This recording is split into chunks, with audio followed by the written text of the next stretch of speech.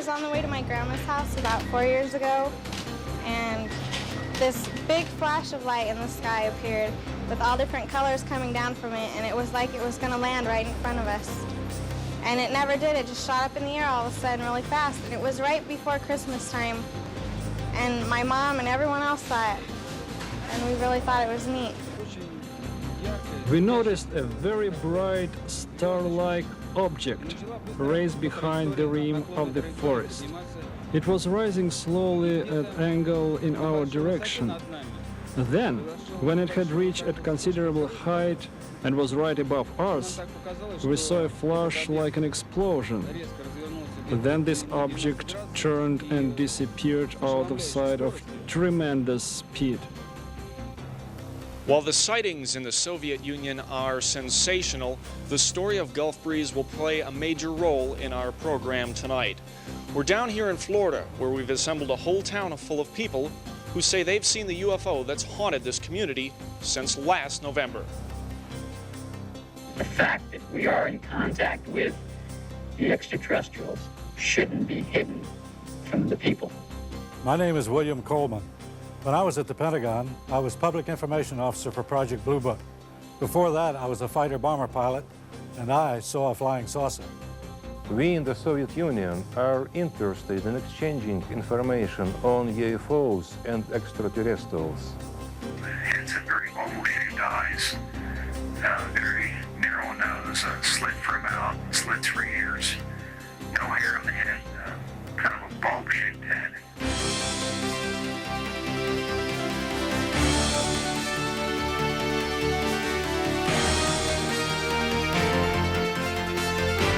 Tonight, for the first time in history, men and women from all over the world come together via satellite to share their experiences about unidentified flying objects. From the nation's capital, Washington, D.C., please welcome the distinguished actor-producer, our host, Mike Farrell. What do a colonel in the United States Air Force, a waiter in the Soviet Union, a teacher in California, and a former United States president have in common? Well, they all claim to have witnessed unidentified flying objects in the skies. What we're dealing with tonight is a subject of universal interest. Whatever your view, in the next 2 hours you'll hear claims and counterclaims. You'll hear some astounding, perhaps disturbing things which, if true, could have far-reaching implications in our lives. As is so often the case in complex questions, it comes down to our assessment of the credibility of the individual. A recent Gallup poll discovered that only 1/3 of the American public denied the existence of unidentified flying objects. UFO encounters are categorized into 4 groups. It was a U-shaped craft. I don't know how large it was because it's hard to scale distance in terms of how far I was. My sister and I were just walking around the block, and we looked up, and there were, lights on the bottom part of it that we could see as we looked up. And this person has experienced a close encounter of the first kind. You've had a close encounter of the first kind if you've seen a daylight disk or nocturnal light UFO at close range. On April 14, 1984, hundreds of people in the small mining town of Morenci, Arizona, witnessed a huge boomerang-shaped object in the sky. Close encounters of the second kind are visual evidence of a UFO's landing, such as impressions made by the craft, burned or irradiated soil, trees, or grass. In August of 1979 in northern Minnesota, when Deputy Sheriff Val Johnson encountered a brilliantly lighted object, his vehicle was knocked off the road, the hood dented, 2 antennae bent, and a headlamp broken. In a close encounter of the third kind, which Steven Spielberg made famous, the witness observes or actually confronts the occupants of the UFO. Close encounters of the fourth kind include people who claim to have been abducted by extraterrestrials. In almost every case, abductees also claim to have been medically examined by the ETs and eventually returned home, unable to account for the missing time. Now welcome the author of The Search for Extraterrestrial Intelligence, the distinguished astrophysicist, Dr. Thomas McDonough. Dr. McDonough, welcome to the show. It's great to be part of this event. In your opinion, are we alone in the universe? Well, my own estimate is that just in our galaxy alone, there could be millions of planets that might be capable of sustaining life as we know it. The size of the universe is difficult to comprehend. In this galaxy, there are several hundred billion stars. Each one of these dots represents a galaxy, like our Milky Way. There are billions of them. So the sheer enormity of the numbers leads many scientists like myself to conclude that there must be life somewhere in the universe. So if extraterrestrials exist and are visiting us, then how do they get from there to here? One possibility is that in space you could accelerate until you were very close to the speed of light. With fusion rockets using the abundant hydrogen and helium already in space, so the rocket wouldn't have to be burdened carrying fuel, you could increase your energy by millions of times compared with conventional rockets. So, within our lifetime, even with our primitive technology, according to scientists Robert Bussard, Robert Forward, and Stanton Friedman, round trips to nearby stars could very well be feasible. We are close to being able to get from here to there. Thank you, Dr. Tom McDonough. With all the UFO sightings reported over the years in America, the logical question is, if they really exist, why don't they visit the White House? And then there they were, all of a sudden, on July 26, 1952. The Air Force tried and failed to intercept up to a dozen UFOs in the sky over the White House. The press conference 2 days later became the largest media event since the end of World War II. We can say that the recent sightings are in no way connected with any secret development by any agency of the United States. With all due respect to the Air Force, I believe that some of them will prove to be of interplanetary origin. In my position in the Research and Development Organization of the Bureau of Aeronautics and of the Navy Department, I am thoroughly familiar with both our aircraft and our guided missiles programs and can state without reservation that the Navy has no saucer-shaped aircraft or missile in any of these programs. Headlines around the country aroused so much attention that the Air Force formed an official investigative unit, Project Blue Book. With me now are two retired Air Force colonels who were actively involved in that inquiry. Colonel Robert Friend, who headed up Project Blue Book for 5 years, and Colonel William Coleman, a former Air Force squadron commander who was Pentagon spokesman and chief of public information for the Air Force. Colonel Friend, Colonel Coleman, welcome. Gentlemen, has the Air Force been involved with UFOs before the White House incident? During World War II, our pilots saw what were called gremlins and Foo Fighters. These were fireballs that appeared to fly along with our aircraft. We were concerned that these so-called Foo Fighters or fireballs might be foreign weapons that could threaten our national security. And did the Air Force ever try to chase a UFO? Yes, in fact, in 1948, one of our pilots crashed in pursuit of a UFO. The story made headlines all over the world. As I understand it, that crash added impetus to the conclusion that UFOs were extraterrestrial visitors. That's true, but the Air Force rejected the conclusion on the grounds of insufficient evidence. Even the name of the project was changed from Sign to Grudge during that period to preclude this unhealthy association. However, by the time Blue Book got involved, we started running into trouble. Hearings and inquiries regarding the way in which we were performing UFO investigations, in every instance, the Congress of the United States concurred in the way in which we conducted these projects. However, we were not disappointed with the 1969 decision to discontinue Project Blue Book. Out of the 12,000 reported UFO sightings, only 700 remain unexplained. Of that remainder, 100 of them really worried us. Why was that?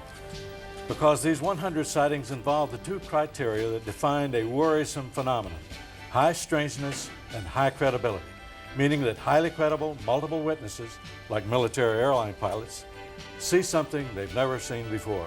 Have either of you ever seen a UFO? Yes, it was 1955, and I was a squadron commander at the time. We were flying a B-25 over Alabama when we spotted a strange silvery object some 25,000 feet above us, heading in the same direction. Since we were overtaking it, I changed course and eventually got within 1/8 of a mile of it, literally right on top of the thing. So you must have gotten a fairly good look at it. We certainly did. The whole crew. It was wingless, a disc some 70 feet in diameter, 15 feet thick at the center, your average run-of-the-mill flying saucer. Well, what happened then? It performed an astonishing maneuver. 1 second it was there, the next it was gone. But we chased it and caught sight of it again. It was skimming over a farmer's field, kicking up vortexes of red dust as it flew. We closed in on it from behind the trees, but it vanished. Did you make a report of this incident? We all wrote up reports. I was later debriefed by an intelligence officer, and years later when I was on Project Blue Book, I tried to find my report. It was not in the files. Not in the files.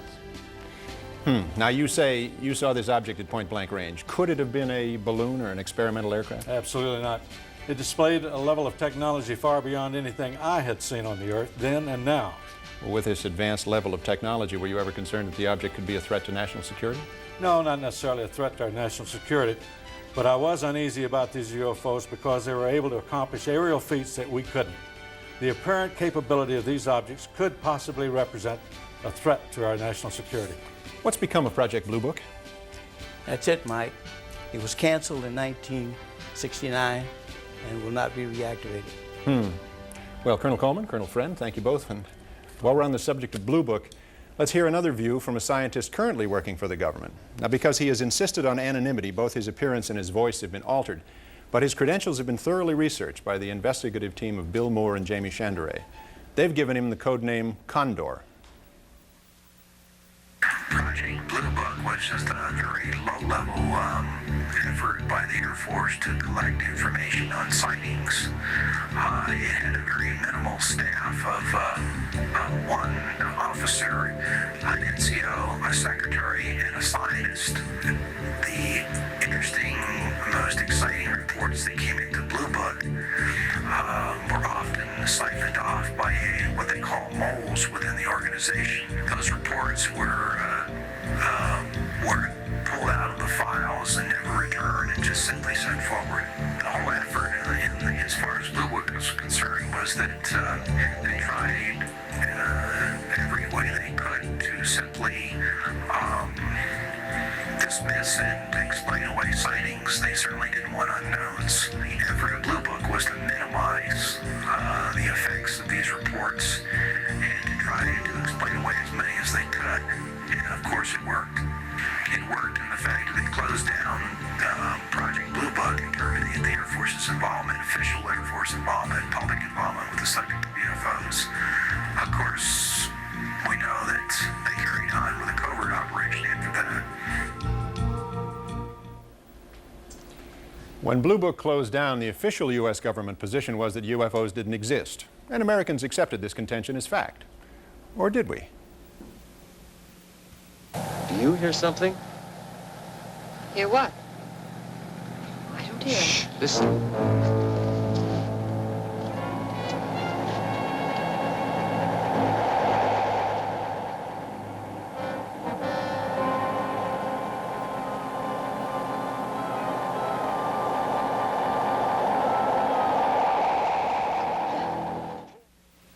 Subsequent reports were discredited, relegated to the tabloids at the supermarket checkout counter. After Blue Book's final report, anyone who claimed to see a UFO was considered some kind of nut. It was a saucer. We saw it. We heard it, both of us. What more do we need to know? Well, we have to have time to think, to evaluate this before we sound off. So most sightings go unreported, particularly sightings by aircraft pilots. Could be a satellite. Aries 31, I have the primary target now in your 10 o'clock position, 5 miles off. I've never seen one like that. About an SR-71? The traffic is proceeding northeastbound, no altitude readout. Roger, Senator. Traffic's really moving. It's going to be a problem now. He's descending about 1,500 feet too long. Wait a second. Stand by one. Okay, Senator. Aries 31, the traffic is turned. He's heading right for my windshield. We're turning right immediately and leaving flight level 350 now. Aries 31, descend and maintain flight level 310. Break, Allegheny 444, turn right 30 degrees. Get on order the 45th recon wing. See what the hell they could be testing up there. An Aries jet descending to This is maintain flight level Indianapolis Center. 310. Do you have any test operations restricted area 2508?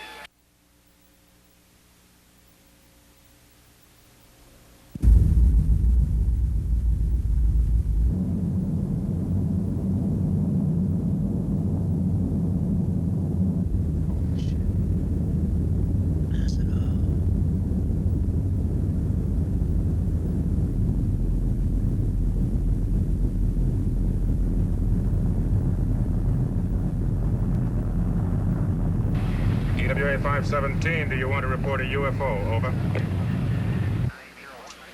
Negative. We don't want to report. Aries 31, do you wish to report a UFO? Over. Negative, we want to report one of those either. Aries 31, me neither. I'll try to track traffic to destination, over. With me now are Dr. Richard F. Haynes and Captain Neil Daniels. Dr. Haynes, now retired, directed research and development projects at NASA's Ames Research Center for 20 years. Welcome, Dr. Haynes. Captain Daniels. Dr. Haynes, tell us about pilot sightings that you've been studying. Well, Mike, I've dealt with over 3,000 pilot cases from all over the world, including some very skeptical pilots, I might add, who have since seen a UFO and completely changed their minds and risked their reputations.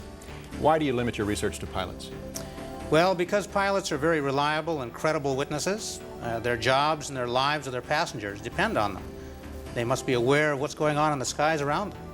Unfortunately, most of them ask for anonymity. Really, why is that? Well, I think it's because of fear of ridicule, or worse, fear of losing their jobs. I mean, no airline wants to be promoted with the slogan, "Fly us and see a UFO." Might increase business. Fortunately, we do have a pilot who has come forward and has enough courage to share his experiences. Captain Neil Daniels, who flew for United Airlines for 35 years. Captain Daniels, thanks for being here. Would you tell us about your experience with a UFO? I was piloting a flight from San Francisco to Boston on March the 12th in 1977.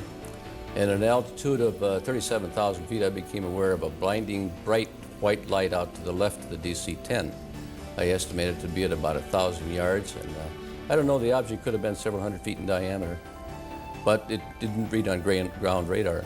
Could you tell what it was? No. Could it have been a commercial flight or a military aircraft? Absolutely not. At the speed at which it departed, I've never seen anything like it. Was this object in any way a threat to your plane? The three compasses were indicating opposite directions, and the plane was veering off and banking to the left by a strong magnetic pull. Well, how did you and your crew react? The flight engineer kept repeating, I don't want to see it, I don't want to know about it. I don't want to know about it. Did you file a report? It was a short layover, and the FAA would have hassled me all night, so I let it go. So that was the end of that? Yes, but 6 months later, I was on a hunting trip with my boss, and I told him the story, and he said, "Gee, I'm sorry you told me that. Strange things happen to people who have these sightings." Strange things? Like what?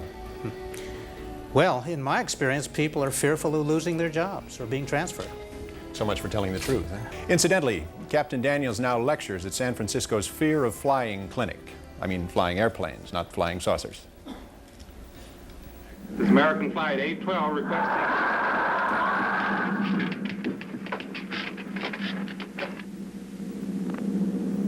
Holy mackerel. Burbank Tower to American Flight 812. Are you in trouble? Trouble? Take a look for yourself. World. That's nothing from this world. Through the Freedom of Information Act, we've obtained a report from Iran. On September 18, 1976, the Imperial Iranian Air Force reported flying objects so bright they illuminated the ground below. Alarmed citizens all over Tehran telephoned authorities with similar sightings. Simultaneous reports came from the Iranian Air Force, tower personnel, and ground radar. U.S. military intelligence forwarded reports to the Defense Intelligence Agency. As far as we've been able to ascertain, DIA did nothing with these reports. Guatemala, Central America. Camera crews were poised to film a car commercial. Suddenly, the cameraman was distracted by lights in the sky. And now from Manitoba, Canada, an eyewitness account. Welcome, Mr. Robert Barry, an independent researcher and investigator from York, Pennsylvania. Bob, tell us about the sighting near Winnipeg, Manitoba. We're watching as this UFO moves across the screen 3 times at normal speed. Then the same movement once in very slow motion, 1/40th the normal speed. Now here's another sighting of the same object, also witnessed by the whole town of Carmen, Manitoba, who turned out for the incredible light show. Now, as we slow the film down, watch as the UFO jumps from the right side of the screen to the top of the screen and lights up the whole sky. The UFO is calculated to have been traveling faster than 30,000 miles an hour. Now, by satellite to Moscow for the first UFO glasnost in television history. Please welcome, from the Soviet news agency TASS, our journalist and UFO investigator, who has researched many encounters with UFOs in the Soviet Union, Mr. Sergei Bulantsov.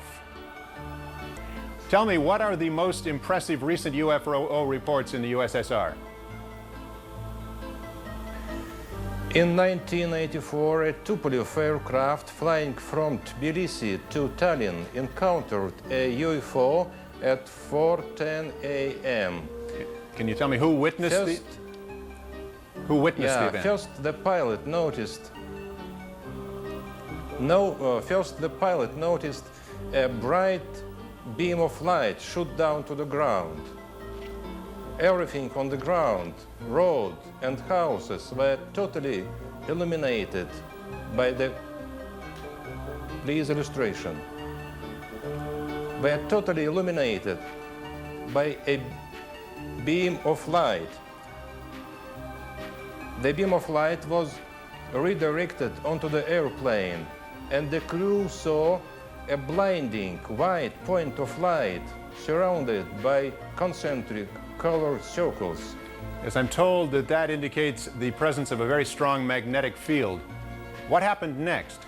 The white point of light swept down to the plane, leaving a green cloud, and began to swing from left to right, up and down once again. Finally, it flew alongside the airplane, and as if it was an escort, the passengers of the plane also saw this UFO, and after landing in Tallinn, Estonia, the crew was told that this UFO had been also seen on the radar screen. The common denominator in these sightings seems to be some sort of light phenomenon. In March 1981 in Yaroslavl, some 200 kilometers from Moscow, north of Moscow, two witnesses, Vitaly, 23, and Alexander, 32, saw something really very strange in the park. That was an egg-shaped object lying on the ground just 6 or maybe 7 meters from them. The object was bluish, about 5 meters in diameter and 2 or 3 meters high. Suddenly the object moved and began to open like a flower. Alexander saw two human-like beings of European type, but very tall, more than 2 meters, close to 7 feet. They grew up from the center of the object and approached Alexander. He said both beings were radiating some kind of rose-colored light. Their heads were clear, but the rest of their bodies seemed out of focus. And then a very strange telepathic conversation took place. They said, "Don't be afraid, we won't hurt you." In the movie here, The Close Encounters of the Third Kind, the extraterrestrials communicate with us through some sort of language of music, much as you suggested they talked to Alexander. What happened next? Both human-like beings entered the flower. It closed and disappeared. What about the other man? What was he doing during this time? All this time he was sitting on the snow as if he was paralyzed. He didn't take part in the conversation. I don't blame him. Have you investigated any abduction cases in the USSR? Yes, in June 1975, near Borisovlevsk, south of Moscow, at 2 a.m., a Soviet army officer saw a very strange domed UFO aircraft on the ground. He approached it and saw two alien silhouettes inside. When he came closer, he felt something like an invisible wall and then lost consciousness. When he recovered, he saw an alien aircraft fly away. He thought about 15 minutes had passed, but when he checked his watch, much to his amazement, 1 hour had passed. And later, he had the same dream over and over again. He was flying over the UFO landing site. So he thinks he was abducted. That sounds actually very similar to some of the abduction stories we've encountered in the United States. I understand you have some photographs that you can show us? Yes, certainly. This one was made in Bulgaria.